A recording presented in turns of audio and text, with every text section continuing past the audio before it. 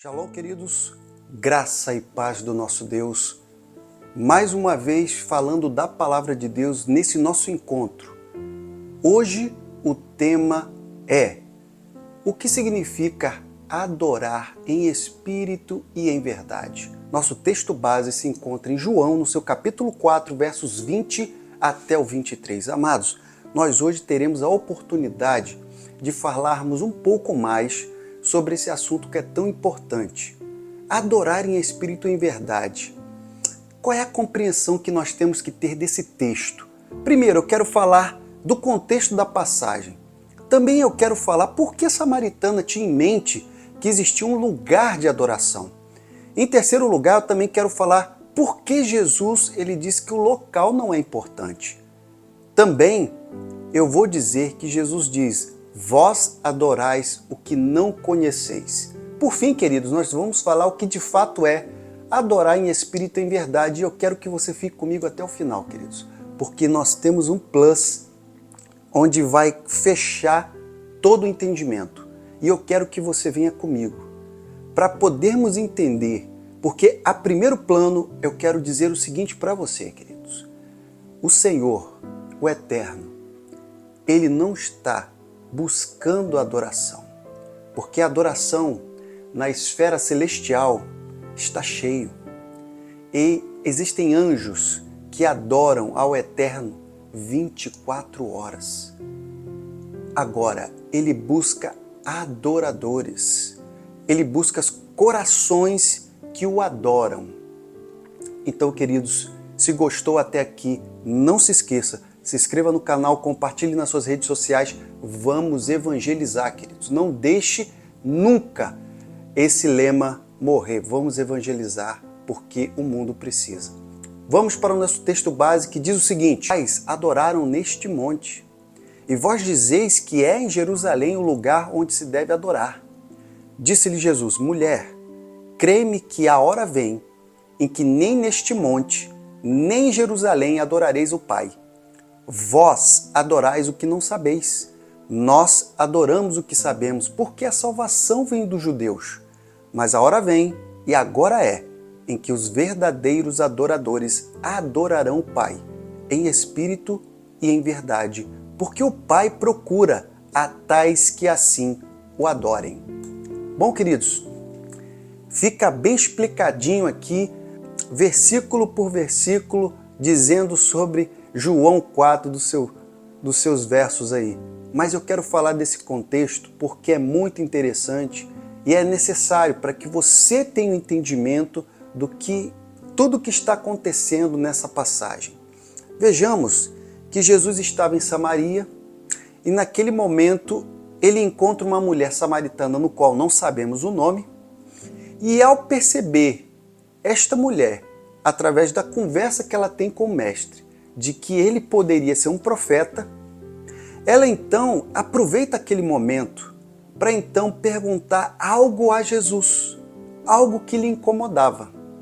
Veja que até então ela teve que ter a confiança de que não era simplesmente um judeu que estava de frente para ela, não era simplesmente um homem de uma outra nacionalidade do qual ela não tinha muito apreço, e os samaritanos e os judeus tinham sim uma diferença, mas ela estava diante de um homem especial e ela o julga como profeta. Então, diante da sua dúvida, ela então pergunta: o seu povo diz que tem um lugar para adorar, mas nós... E aí ela diz sobre o conhecimento que ela tinha, não somente agora, mas desde os antigos. Eles diziam que o lugar era outro. Afinal, qual seria o lugar correto para se adorar? Essa é a pergunta da samaritana. E aí eu não quero entrar em detalhes, mas eu vou falar de forma bem simples por que os judeus e os samaritanos tinham essas diferenças, principalmente de adoração. Lembre-se que Jesus fala: vós adorais o que não sabeis. Então leia comigo a palavra que se encontra em 1 Reis, no seu capítulo 12, versos 25 até o 28, que diz: E Jeroboão edificou a Siquém, no monte de Efraim, e habitou ali. E saiu dali, e edificou a Penuel. E disse Jeroboão no seu coração: agora tornará o reino à casa de Davi. Se este povo subir para fazer sacrifícios na casa do Senhor em Jerusalém, o coração deste povo se tornará ao seu senhor, a Roboão, rei de Judá, e me matarão, e tornarão a Roboão, rei de Judá. Assim o rei tomou conselho e fez 2 bezerros de ouro e lhes disse: muito trabalho vos será subir a Jerusalém. Vês aqui teus deuses, ó Israel, que te fizeram subir do Egito. Bom, queridos, vamos explicar essa passagem. Jeroboão também construiu lugares de adoração nos altos dos morros e escolheu também sacerdotes que não eram da linhagem da tribo de Levi. Então Jeroboão, ele ordena que haja uma celebração, ou seja, haja uma festa na mesma data em que era celebrada uma festa religiosa em Judá. Estrategicamente, isso para competir com eles. Lembre-se que o alvo era fazer com que o povo do norte não tivesse contato com o povo do sul. E as atitudes de Jeroboão foram condenadas por um profeta de Judá. Queridos, a coisa que acontece aqui é de forma traumática. Quando Jeroboão aponta para o profeta e dá ordens para o prenderem, o seu braço fica paralisado. Mais tarde acontece outro fato que traria a Samaria mais motivos que dificultariam eles manterem os seus costumes e religião. Samaria seria dominada pela Síria. E isso, o que acontecia? A Síria, ela iria habitar entre eles, mas ela não ficaria somente eles. Todos os povos que eram dominados pela Síria automaticamente também morariam juntos com eles. Então, queridos, veja aí o que aconteceria. Essa passagem que relata esse feito está em 2 Reis, no seu capítulo 17, verso 24, que diz: e o rei da Síria trouxe gente da Babilônia, de Cuta, de Ava, de Amate, Sefarvaim, e fez habitar nas cidades de Samaria, em lugar dos filhos de Israel. E eles tomaram a Samaria em herança e habitaram nas suas cidades. Queridos, concluímos que os samaritanos, no período neotestamentário, eles, habitantes do Reino do Norte, eles tinham seu costume e religião corrompidos desde o rompimento que eles tiveram com o Reino do Sul, por N motivos. E aí nós estamos aqui afirmando alguns fatos que foram importantes. O primeiro deles, nós vemos aí um rei que, para que não perdesse o controle do seu reino, ele acaba fazendo com que haja ali, no mesmo dia que o Reino do Sul estaria ali celebrando, ele estaria fazendo com que lá também tivesse celebração. E lá eles não precisariam ir para Jerusalém adorar, uma vez que eles estavam ali fazendo com que a adoração ficasse ali mesmo. E os deuses? Ele então faz 2 bezerros de ouro. Não sendo somente isso, nós vemos que mais à frente esse povo ainda é dominado pela Síria, que traz muitos outros povos juntos com eles, e ali seus costumes, suas religiões, tudo fica misturado. Então, queridos, já começa por aí. Jesus afirma então que o local não é o mais importante. Veja que ele fala exatamente isso. Olha o que ele diz. Disse-lhe então a mulher: crê-me que a hora vem que nem neste monte e nem em Jerusalém adorareis ao Pai. Aquele monte que era tão importante para os samaritanos e até mesmo Jerusalém, que era também de igual importância para os judeus, agora não teria um menor sentido. Jesus está afirmando isso, que chegaria essa hora. Bom, a afirmação de Cristo está baseada em que o momento em que o Filho de Deus, que no caso era ele, se entregasse para o propósito do Pai, tudo mudaria.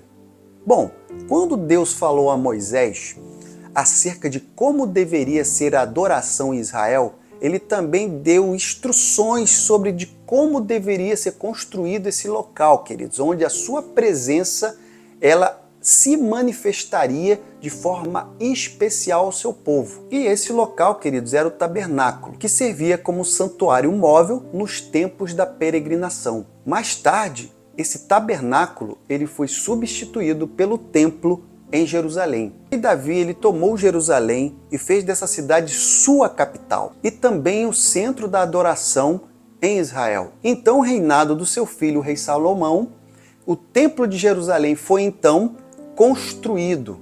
O véu era uma grande cortina, queridos, que era feita de um tecido azul, de púrpura, escarlate e linho fino. Bom, queridos, de modo que essa combinação ela era estampada com figuras de querubins. Bom, por que você está falando tudo isso? Veja que você vai entender aonde eu quero chegar. Por que Jesus estava falando que o local não era importante? Tudo tem a ver exatamente desde dos primórdios de como Deus instruiu, de como deveria ser a adoração do povo de Israel e o que simbolizava a presença do Eterno.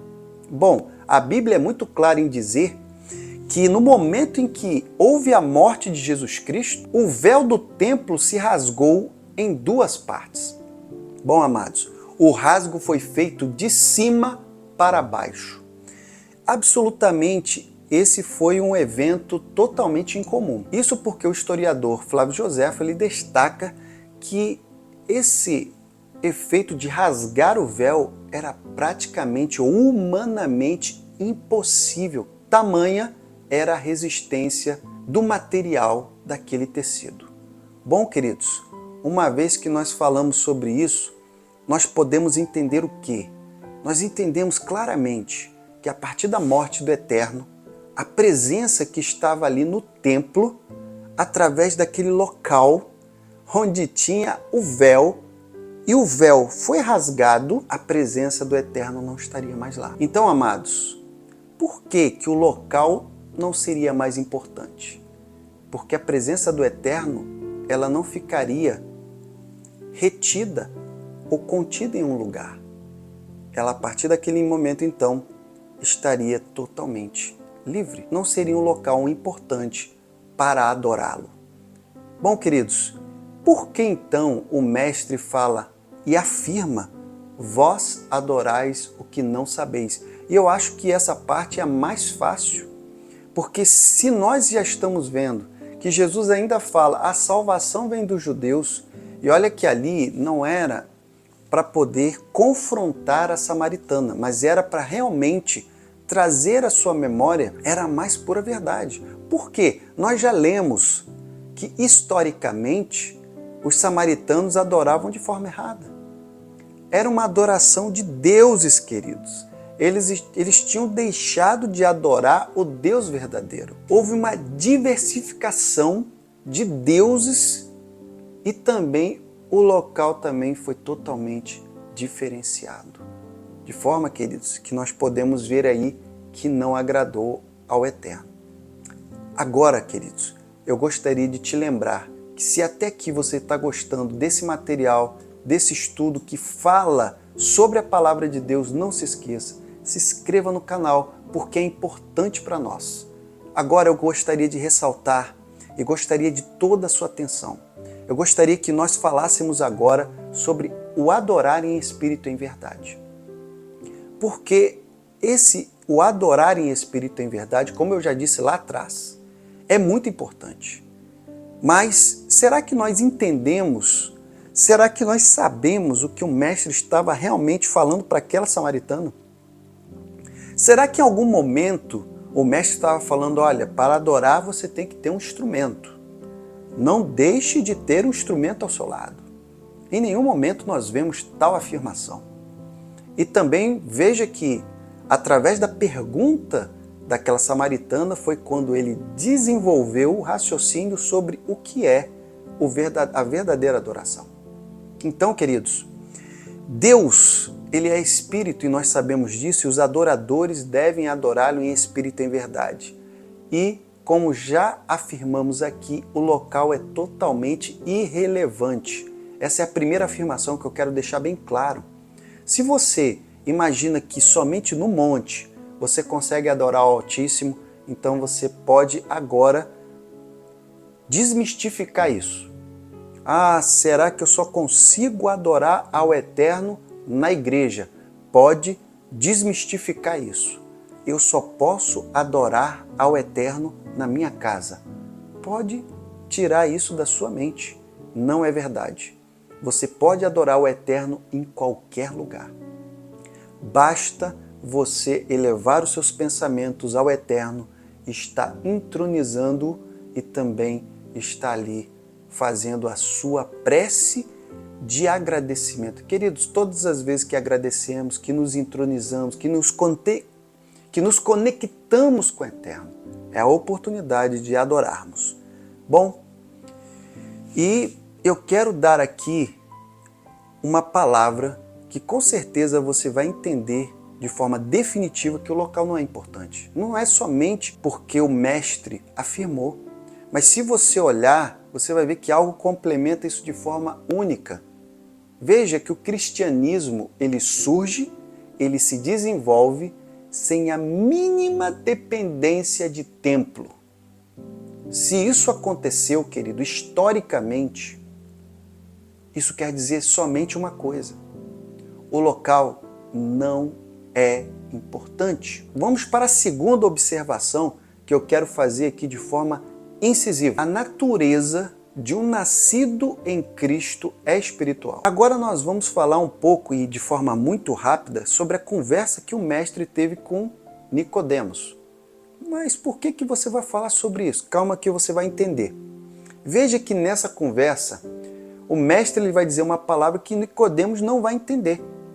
Nicodemos entende quando Jesus fala que é preciso nascer do alto, ele entende que é preciso nascer de novo. Tanto é que, para seu espanto, ele começa a dizer como um homem já velho pode voltar à madre de sua mãe. Ele não entendeu. Ou seja, o mestre ainda vai complementar que ele está dizendo que o nascer deveria ser da água e do Espírito. Então, somente por meio do novo nascimento é possível você adorar em espírito e em verdade.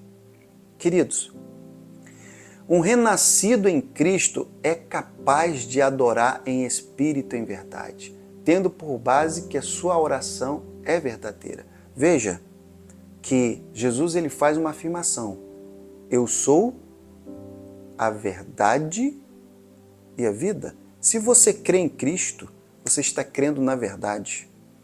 Você está vivendo a verdade. Queridos, no momento que você adora, você vai entronizar ao Pai através do Filho. Você vai adorá-lo em verdade. As pessoas, quando imaginam que adorar é somente balbuciar palavras, é somente ter aqueles momentos onde você vai falar renova-me, ou então restitui. Queridos, isso daí são palavras que você pode pronunciá-las, mas você pode estar numa atmosfera de adoração, mas de uma adoração baseada na música e o que na verdade o Eterno está buscando. E eu aqui em nenhum momento estou desprezando os momentos de louvor, que muitas pessoas conjugam louvor e adoração. E conjugam de forma certa, porque louvor e adoração são coisas totalmente diferentes. Não é a mesma coisa. Então, queridos, quando você está numa atmosfera de um louvor, você pode ali pronunciar aquelas palavras do louvor e naquele momento você pode estar realmente adorando. Mas na maioria das vezes, nós não estamos adorando, nós estamos realmente pronunciando a letra que nós estamos ali, naquela atmosfera de louvor. Então, queridos, uma coisa que eu quero destacar de fato: tem como adorar de forma não verdadeira? Tem como a gente adorar de forma que não seja legítima? Tem. Se a gente entender que o local influencia a nossa adoração. Se você fica preso a adorar a Cristo, a adorar o Eterno, porque é um lugar, meu querido, o lugar está sendo a diferença e não a adoração. Você está preso ao lugar, você quer que aquele lugar seja sempre aquele lugar que vai algo acontecer diferente, ou então que você vai sentir a Deus de forma mais próxima. Querido, se isso acontece em sua vida, é momento de você começar a repensar. Porque o local não é o motivo de você se aproximar do Eterno, mas sim a sua entrega. A sua entrega é que faz toda a diferença. É no momento que você se derrama, é que você se aproxima do Eterno. Independente do local. Às vezes você pode estar no local que você acha que é o melhor do mundo e às vezes naquele mesmo local você não sente absolutamente nada, porque não houve entrega. Você não se derramou. Agora, outro ponto. Se você imagina adorar o Eterno sem conhecer Ele de fato, é praticamente uma adoração nula.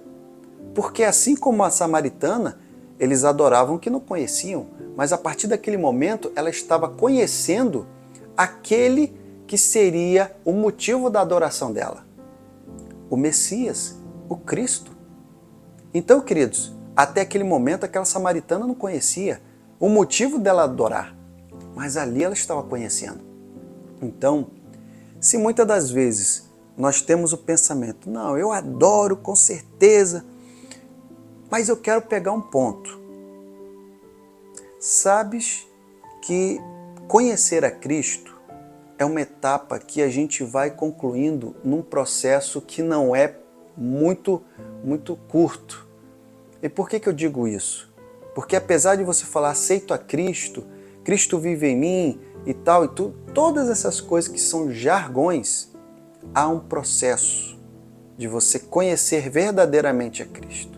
E esse processo está incluso você se aprofundar das Escrituras Sagradas. Ah, mas eu conheço a Cristo através de muita adoração, de muita oração, eu oro e eu assim conheço ao Eterno. Queridos, eu até posso acreditar que você tem uma intimidade porque você ama orar, porque você sempre está buscando locais de adoração e tudo mais, mas eu quero deixar bem claro aqui. Não tem como desassociar o aprendizado de quem é Jesus através da palavra somente com oração e busca em locais. Isso não tem como acontecer. Em terceiro ponto, se a sua adoração ela depende de uma atmosfera de louvor, mais uma vez eu quero te dizer, não é adoração legítima. Por quê? Se você só consegue adorar o Eterno, se você só consegue... E isso daí eu vejo muito nitidamente em muitos locais, onde parece que a igreja se acende somente no louvor. Parece que a igreja se motiva no louvor. Queridos, o louvor ele é um momento que eu considero preparatório.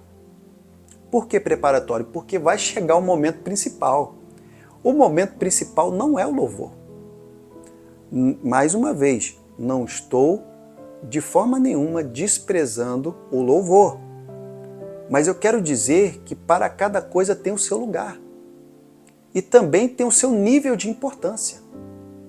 A palavra, no meu entender, é o ápice de todo momento de adoração. É o momento de você ouvir a palavra. Tanto que os judeus, quando eles liam a palavra, era o momento do ápice daquela reunião. Bom, queridos, e por fim, finalizando aqui, se você não entender que a sua adoração, ela, antes de tudo, ela deve ser em espírito, por quê? Onde você e o Eterno devem estar conectados. É o seu espírito conectado ao Eterno.